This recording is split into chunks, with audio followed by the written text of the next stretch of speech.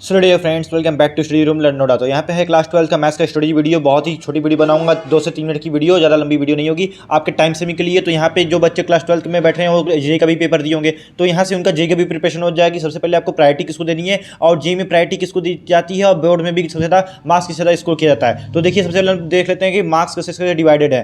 तो यहाँ पे देखोगे सबसे पहले relation function inverse trigonometry 8 number के हैं, मैट्रिक्स डिटरमिनेंट 8-10 नंबर के हैं, फिर कैलकुलस आपका है वो 35 नंबर का है, वेक्टर स्टडी है वो 14 मार्क्स के हैं, एलएलपी जो है लीनियर प्रोग्रामिंग आपका 0.5 मार्क्स का है, एंड प्रोबेबिलिटी जो है वो 8 मार्क्स का है। टोटल 80 मार्क्स बनते हैं। तो सबसे पहले आपको करना चाहिए प्रोबेबिलिटी लीनियर प्रोग्रामिंग, जो कि सबसे ईजी है, हल्के फुल्के चैप्टर है। इससे क्या होगा, इससे आपको कॉन्फिडेंस मिलेगा, कॉन्फिडेंस बिल्डअप होगा तो आप आगे कराने में आपको इंटरेस्ट आएगा। क्योंकि सबसे डिफिकल्ट जो है आप उठा लेते हो सबसे पहले कैलकुलस, बच्चे उस पर सबसे पहले फोकस करते हैं जो उनको नहीं तैयार है। इसके चक्कर में कैलकुलस उठाओगे, कैलकुलस एक लंबा चैप्टर है, बहुत ही ब्रॉड चैप्टर है। अब ब्रॉड चैप्टर जब आप लेते हो तो उसमें सबसे ज़्यादा टाइम लगता है, और इतना टाइम लेगा कि ये आपका बाकी 3-4 दिन यही ले लेगा, अकेले का खत्म नहीं होगा। इतना ज़्यादा ये ब्रॉड चैप्टर होता है। बाकी छोटे छोटे जो चैप्टर हैं पहले उनको कवर करो। सबसे पहले लीनियर प्रोग्रामिंग 5 नंबर कवर करो, फिर 8 नंबर पर प्रोबेबिलिटी लगाओ, ईजी है।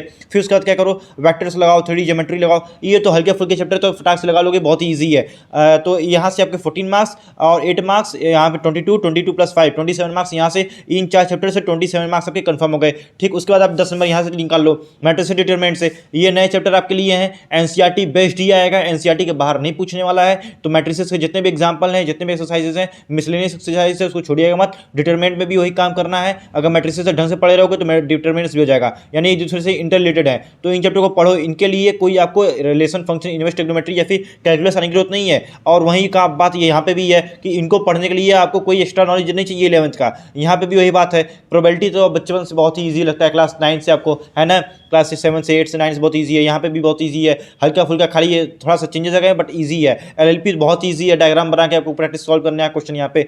तो इन चैप्टर से आपको कॉन्फिडेंस बिल्डअप होगा और आपके यहाँ से 38 मार्क्स कन्फर्म हो जाएगा, 10 नंबर यहाँ से, और इन 4 चैप्टर को मिला के 28 मार्क्स यहीं से कन्फर्म हो गए। उसके बाद आपको क्या करना है कि यहाँ से आपको relation function to inverse trigonometry लगानी है कि नहीं।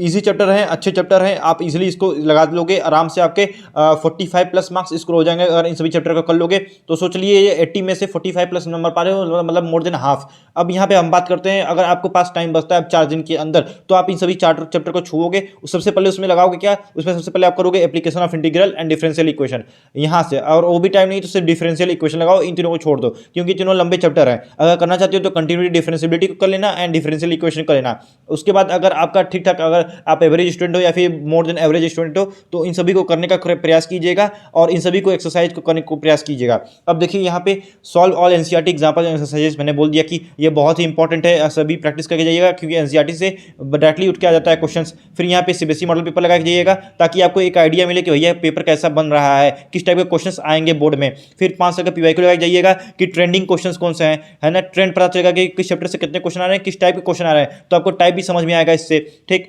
इंपॉर्टेंट फॉर्मुला सब याद करके जाइएगा, फॉर्मुला बिल्कुल नहीं भूलना चाहिए, ये आपकी मेमोरी में आना चाहिए, है कि नहीं। आपका जो दिमाग है, दिमाग के अंदर बसा होना चाहिए, तो इसको छोड़ना मत बिल्कुल भी।